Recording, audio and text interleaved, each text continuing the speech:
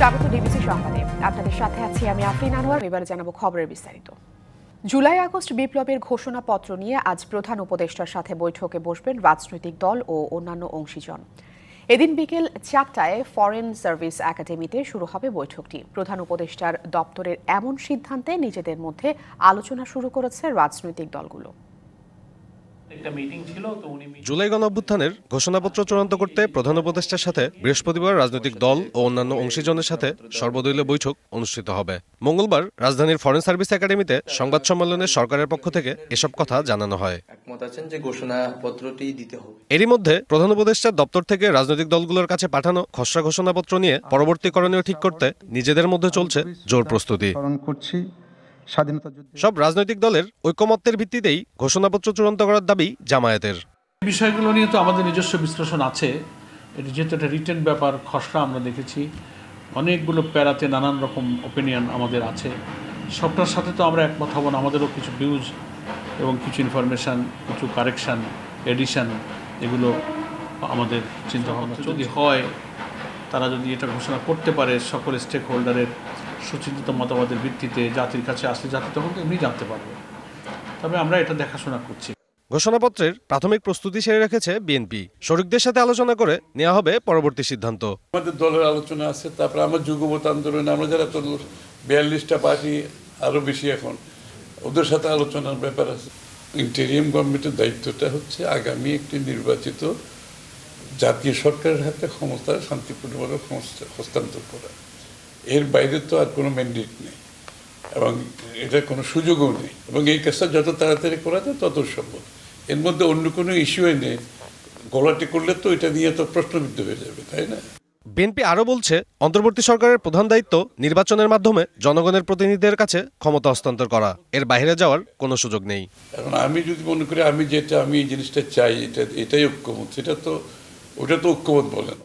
সাব্বির রোজ, DBC news, Dhaka.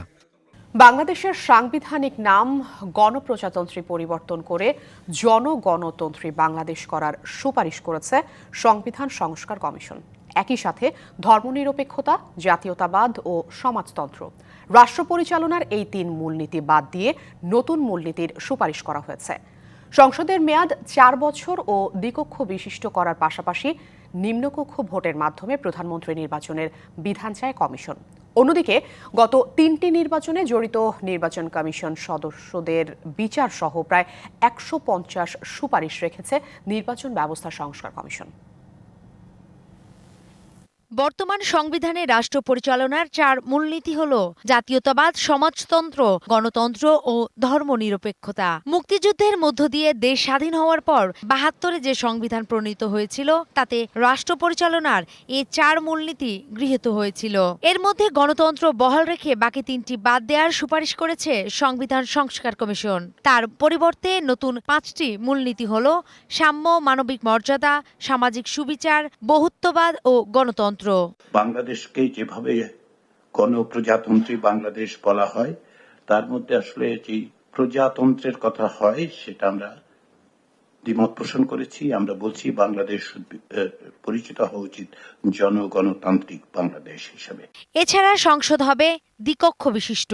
সরাসরি নির্বাচিত 400 আসন নিয়ে গঠিত হবে নিম্নকক্ষ, যার মধ্যে 100 আসন থাকবে নারীদের জন্য, যারা সরাসরি নির্বাচিত হবেন। নিম্নকক্ষের 10% তরুণ তরুণীদের জন্য বরাদ্দ রাখবে রাজনৈতিক দলগুলো।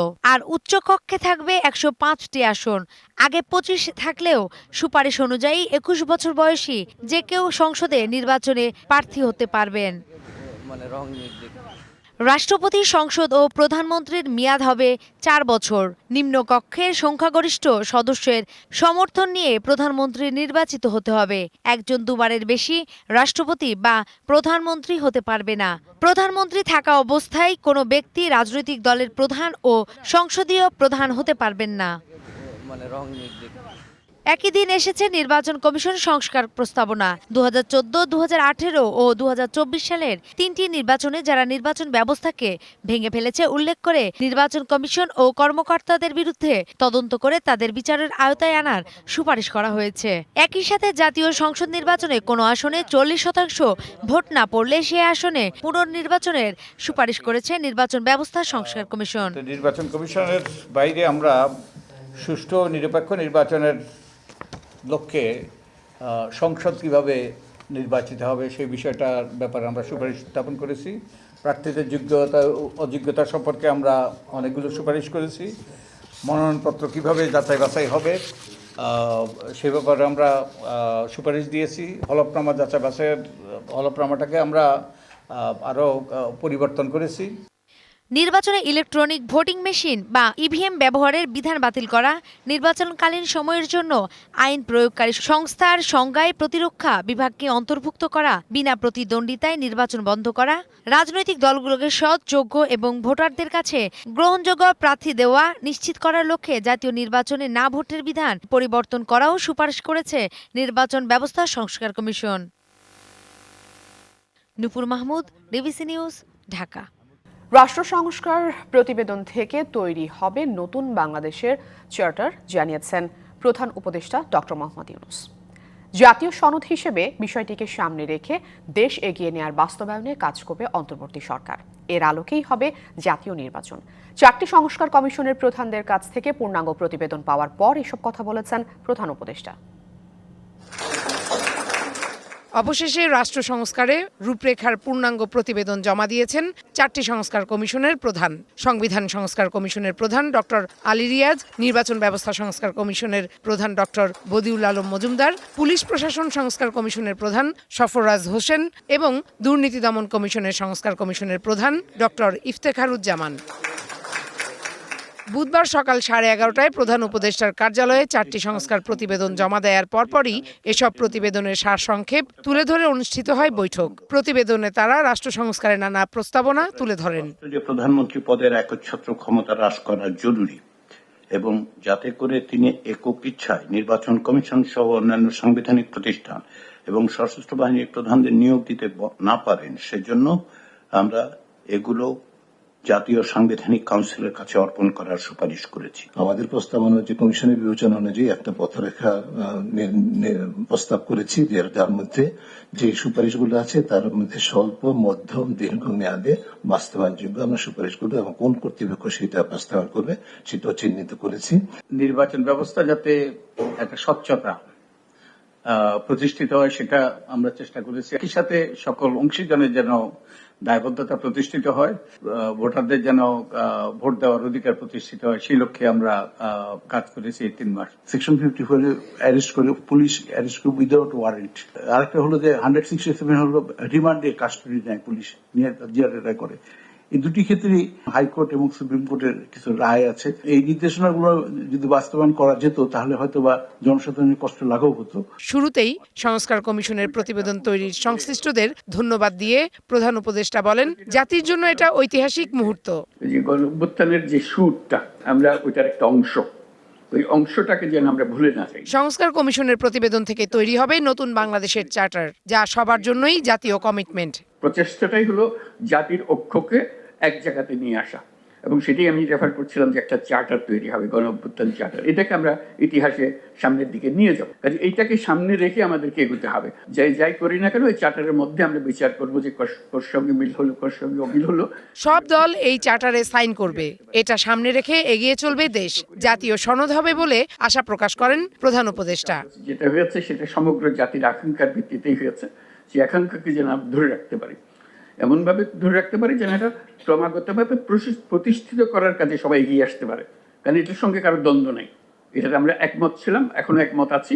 ভবিষ্যৎ নির্বাচন এই চার্টারের ভিত্তিতে অনুষ্ঠিত হবে জানিয়ে যত তাড়াতাড়ি সম্ভব বাস্তবায়ন করতে কাজ করবে অন্তর্বর্তী সরকার। সামনে যে নির্বাচন হবে সেটাও যেন ঐক্যের ভিত্তিতে একটা নির্বাচন হতে পারে। এই চার্টারকে সামনে রেখে আমরা ঐক্যের ভিত্তিতে নির্বাচন যেন করতে পারি, এই আলাপ আলোচনার মধ্যে একটা আমাদের একটা দায়িত্ব রইল। Farhana Juthi, DBC news, Dhaka. ইচ্ছে ছিল ছেলেকে প্রকৌশলী বানাবেন। সেই স্বপ্ন বুকে নিয়ে 13 বছর আগে ঢাকায় পাড়ি জমান বেসরকারি বিশ্ববিদ্যালয়ের শিক্ষার্থী সজলের বাবা মা। কে জানতো বৈষম্যের বিরুদ্ধে কথা বলায় ছেলেকে পুড়িয়ে মারা হবে।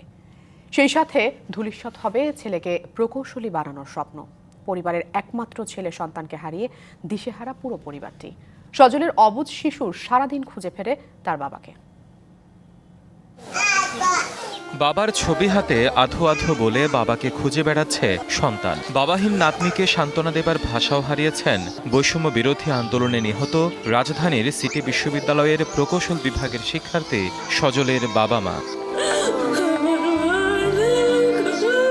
13 বছর আগে ছেলেকে ইঞ্জিনিয়ারিং পড়ানোর ইচ্ছা থেকে ঢাকায় বসবাস শুরু করেন গাইবান্ধার শাখাটা উপজেলার শ্যামপুর গ্রামের খলিলুর রহমান।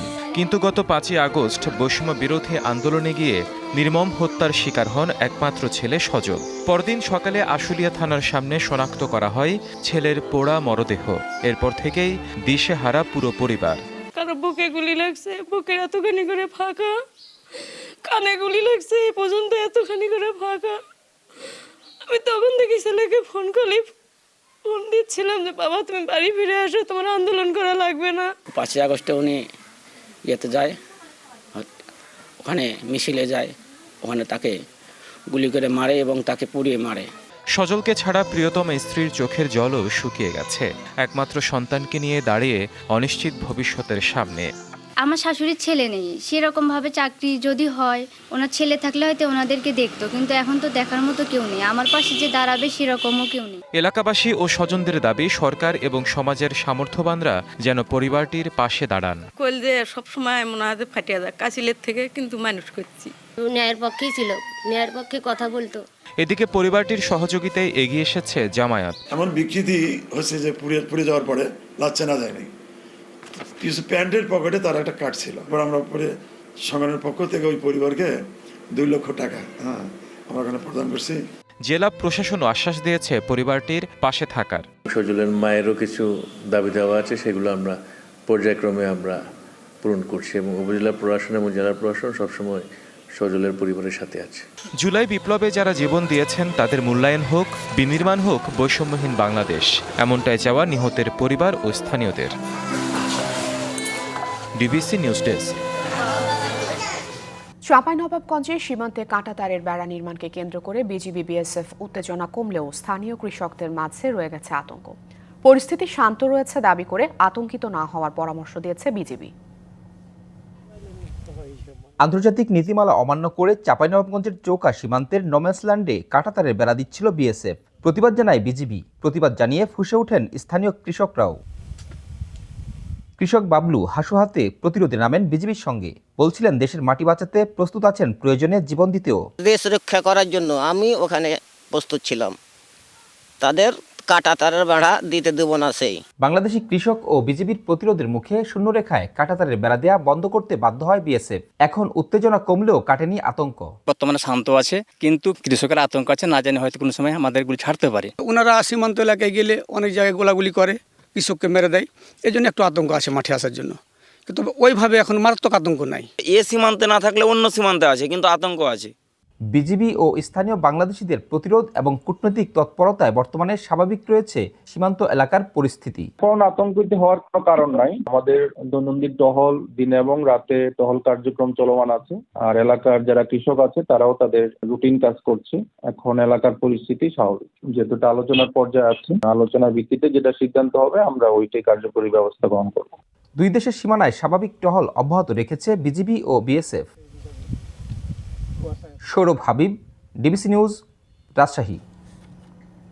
দখলে দূষণে অস্তিত্ব বিলীনের পথে লক্ষ্মীপুরের রহমতখালী নদী। দীর্ঘদিন প্রভাবশালীদের দখলে থাকায় নদী খনন কিংবা সংস্কারের কোনো উদ্যোগ নেওয়া হয়নি কোনো পক্ষ থেকেই। দাবি উঠেছে সংস্কার করে নদীটির স্বাভাবিক ধারা ফিরিয়ে আনার। প্রশাসন বলছে শিগগিরই অবৈধ স্থাপনা উচ্ছেদ এবং দখলমুক্ত করতে নেওয়া হবে ব্যবস্থা। লক্ষ্মীপুরে বয়ে চলা মেঘনা নদী থেকে শুরু করে রহমতখালী নদীর দৈর্ঘ্য 36 কিলোমিটার, তবে এর 18 কিলোমিটার অংশ এখন মৃতপ্রায়। এতে নোয়াখালী জেলা ও লক্ষ্মীপুরের পানির স্রোত নামতে গিয়ে সৃষ্টি হয় জলাবদ্ধতার। নদীর দুই পাড় দখলে বাধাগ্রস্ত হচ্ছে পানির প্রবাহ। স্থানীয়রা বলছেন দীর্ঘদিন ধরে প্রভাবশালীরা দুই পাড় দখলে নিয়েছেন ইচ্ছামতো। এমন দখলে দূষণে প্রশস্ততা কমে নদীটি পরিণত হয়েছে খালে, অথচ নেই সংস্কারের উদ্যোগ। রহমতখালী তো সংস্কার মোটেই করা হয় নাই। খালের সংস্কার না করাতে, প্রশাসন এটাকে না দেখাতে, এখানে যে ময়লা আবর্জনা পড়ছে সেটা যেখানে পড়ে সেখানে পড়ে থাকে। এবার বন্যাতে অনেক দীর্ঘায়িত হয়েছে এই খাল না খনন করার কারণে। ঢাকার থেকে মাল সামানা আসতো, ধান চাল গম সব কিছু। খাল বরট করে যদি সুন্দর করে পরিষ্কার করে দিত তাহলে আমরা আগের খালের রূপ দেখতে। নদীটি রক্ষায় আগামী বর্ষার আগেই নেওয়া হচ্ছে প্রয়োজনীয় পদক্ষেপ। ইতোমধ্যে স্টাডির প্রপোজাল আমাদের মন্ত্রণালয়ে গিয়েছে। স্টাডির রিকমেন্ডেশনের প্রেক্ষিতে আমরা খাল খনন সহ অন্যান্য বন্যার প্রকোপ প্রশমনের জন্য যেটা দরকার সেটাই করা হবে। এর ভিতরে খাল খনন অবশ্যই অন্তর্ভুক্ত থাকবে। তৈরি হয়েছে নদীর দুই পাড় দখলকারী অবৈধ দখলদারদের তালিকা। শিগগিরই শুরু হচ্ছে উচ্ছেদ অভিযান। থেকে পুনরুদ্ধার করার জন্য অবৈধ স্থাপনার তালিকা করেছি এবং আমরা দেখেছি যে বিগত কয়েক বছরে বেশ কিছু অবৈধ স্থাপনা এখানে হয়েছে, ব্যক্তিগত পর্যায়ে বা সাংগঠনিক পর্যায়ে। আগামী সপ্তাহেই শুধু রহমতখালী খাল নয়, আমাদের যতগুলো জলাশয় এই জাতীয় অবৈধ স্থাপনা বা প্রতিবন্ধকতা দ্বারা এখন আক্রান্ত, সেই বাধাগুলো অপসারণের আমরা উদ্যোগ গ্রহণ করেছি। 60-এর দশকে রহমতখালী নদী দিয়ে চট্টগ্রাম, বরিশাল, খুলনা ও চাঁদপুর সহ বিভিন্ন স্থান থেকে কার্গো, লাইটার এবং পণ্যবাহী জাহাজ আসত লক্ষ্মীপুর শহরে। DBC news desk. দখল আর দূষণে মৃতপ্রায় কিশোরগঞ্জের নরসুন্দা নদী। দুই পারে অসংখ্য স্থাপনা নির্মাণ করেছে দখলদাররা। পাশাপাশি বাসিন্দাদের ফেলা ময়লা আবর্জনায় একসময়ের খরস্রোতা নদীটি হারিয়েছে তার স্বাভাবিক পানি প্রবাহ। প্রাণ ফেরাতে নদীটিকে পুনর্খননের দাবি জানিয়েছে স্থানীয়রা। কিশোরগঞ্জ শহরের বুক চিরে বয়ে যাওয়া নরসুন্দা নদীর চিত্র এটি। দেখে বোঝার উপায় নেই একসময় পানিতে থই থই করত এই নদী, চলত লঞ্চ স্টিমার। নদীর বড় অংশ দখল করে বিভিন্ন ধরনের স্থাপনা নির্মাণ করেছেন প্রভাবশালীরা। এছাড়া দুই তীরের বাসিন্দারা যেন নরসুন্দাকে পরিণত করেছেন ভাগাড়ে। কোথাও কোথাও নদীটির প্রস্থ কয়েক ফুটে এসে দাঁড়িয়েছে। অস্তিত্বের সংকটে পড়া নদীটিকে আগের অবস্থায় ফিরিয়ে আনতে কার্যকর পদক্ষেপ নেওয়ার দাবি স্থানীয়দের। যে ময়লা আবর্জনা এগুলো পরিষ্কারের মাধ্যমে একটা স্বচ্ছ পানির ধারা ফিরিয়ে আনার জন্য কর্তৃপক্ষকে বারবার আহ্বান করছি।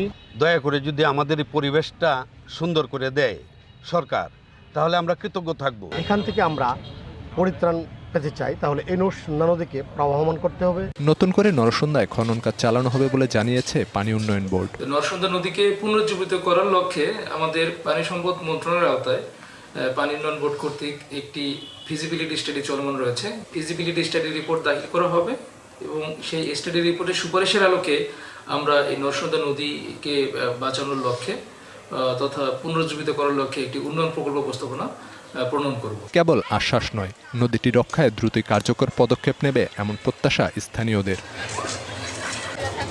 DBC news desk. অবশেষে গাজায় যুদ্ধবিরতি চুক্তিতে পৌঁছালো ইসরায়েল ও হামাস। পর্যায়ক্রমে মুক্তি পাবেন ইসরায়েলি জিম্মি ও ফিলিস্তিনি বন্দীরা। তাদের সাক্ষাৎ পেতে অধীর অপেক্ষায় স্বজনরা। যুদ্ধবিরতি চুক্তিতে হামাসের সম্মতিকে স্বাগত জানিয়েছেন নবনির্বাচিত মার্কিন প্রেসিডেন্ট ডোনাল্ড ট্রাম্প। ফিলিস্তিনিদের এমন উচ্ছ্বাস গাজায় ইসরায়েল ও হামাসের যুদ্ধবিরতির ঘোষণায় খুশি ইসরায়েলি জিম্মিদের স্বজনরাও। গাজায় টানা 15 মাসের ইসরায়েলি আগ্রাসন বন্ধ করতে গেল মঙ্গলবার কাতারের দোহায় চূড়ান্ত আলোচনায় বসে ইসরায়েল ও ফিলিস্তিনের স্বাধীনতাকামী সংগঠন হামাস। যুদ্ধবিরতি ও বন্দি বিনিময়ের সেই চুক্তিতে এবার আনুষ্ঠানিক সম্মতি দিল সশস্ত্র গোষ্ঠী হামাস। এই চুক্তির ফলে গাজার মূল ভূখণ্ড থেকে সেনা সরিয়ে নেবে ইসরায়েল। ঘরে ফিরতে পারবে কয়েক হাজার বাস্তুচ্যুত ফিলিস্তিনি। মুক্তি মিলবে ইসরায়েলি কারাগারে থাকা বন্দীদের। আর বিনিময়ে ইসরায়েলি বন্দীদের মুক্তি দেবে হামাস। গাজায় যুদ্ধবিরতি চুক্তিতে হামাসের সম্মতিকে স্বাগত জানিয়েছেন নবনির্বাচিত মার্কিন প্রেসিডেন্ট ডোনাল্ড ট্রাম্প। সামাজিক যোগাযোগ মাধ্যম ট্রুথে দেয়া এক পোস্টে ট্রাম্প লিখেছেন, মধ্যপ্রাচ্যে জিম্মিদের মুক্তি করতেই এই চুক্তি।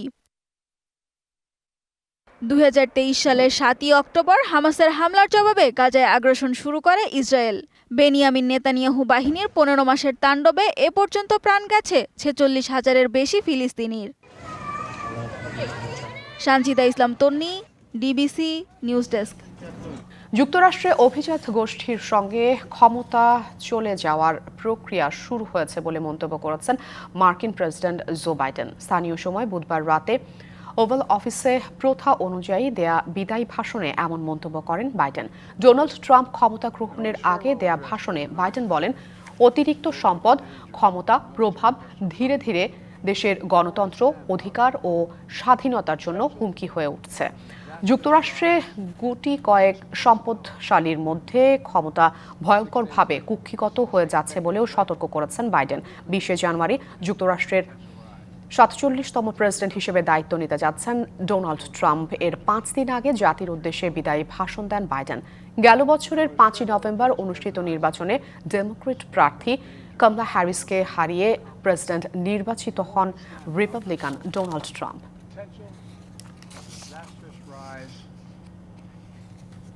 এক সপ্তাহেরও বেশি সময় ধরে তাণ্ডব চালানোর পর কিছুটা নিয়ন্ত্রণে এসেছে যুক্তরাষ্ট্রের ক্যালিফোর্নিয়ার দক্ষিণাঞ্চলের দাবানল। তবে এখনও দাবানলের ঝুঁকিতে রয়েছে 60 লাখেরও বেশি মানুষ। লস অ্যাঞ্জেলসের ন্যাশনাল ওয়েদার সার্ভিস জানিয়েছে, স্থানীয় সময় বৃহস্পতিবার আবারও পাহাড়ি এলাকাগুলোর শুষ্ক আবহাওয়ার পাশাপাশি বয়ে যেতে পারে দমকা বাতাস। এতে সর্বোচ্চ সতর্কতা জারি করা আছে সান্তা সুজানা পর্বতমালা, ওয়েস্টার্ন সান গ্যাব্রিয়েল পর্বতমালায়। এ সময় বাতাসের গতি 60 থেকে 70 মাইল গতিতে প্রবাহিত হবে। ফলে রেড ফ্ল্যাগ সতর্কতা জারি করেছে লস অ্যাঞ্জেলস শহর সহ ভেঞ্চুরা কান্ট্রি, সান লুইস, বেম্পো ও সান্তা বারবারা কান্ট্রিতে। প্যালিসেডস ও ইটুন জুড়ে এখনও বিদ্যুৎ বিচ্ছিন্ন রয়েছে 1,20,000-এরও বেশি মানুষ। সংবাদ এই ছিল এখনকার মতো। সঙ্গেই থাকুন ডিবিসি নিউজের।